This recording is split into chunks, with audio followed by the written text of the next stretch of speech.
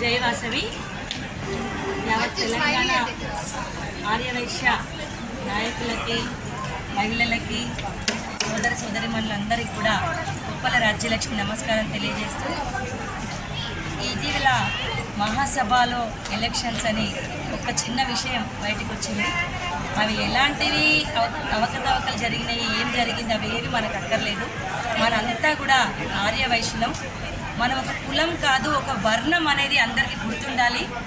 ఈ ఎలక్షన్స్ సజావుగా జరిగి మన ఆర్యవైశ్య మహిళలను కూడా గుర్తించాల్సిందిగా నేను మనవి చేస్తూ ఉన్నా. ఎందుకంటే ఆర్యవైశ్య మహిళలను కూడా ఎందులోనూ కూడా తీసుకోలేదు. ఒక మహిళ ఒక 2-3 వేల మహిళల్ని గ్యాదరింగ్ చేసే కెపాసిటీ ఉన్న మహిళలు లీడరు అని మేము ఒప్పుకుంటున్నాం. అలాగే గౌరవ ప్రధానమంత్రి 33% రిజర్వేషన్ ఆడవాళ్ళకి తీసుకొచ్చినప్పుడు మన ఆర్యవైశ్యులలో కూడా దామాషా ప్రకారంగా ఓటు హక్కు కల్పించాలని, మహిళల్ని గుర్తించాలని నేను మనస్ఫూర్తిగా కోరుతున్నాను. భారత్ మాతాకి జై.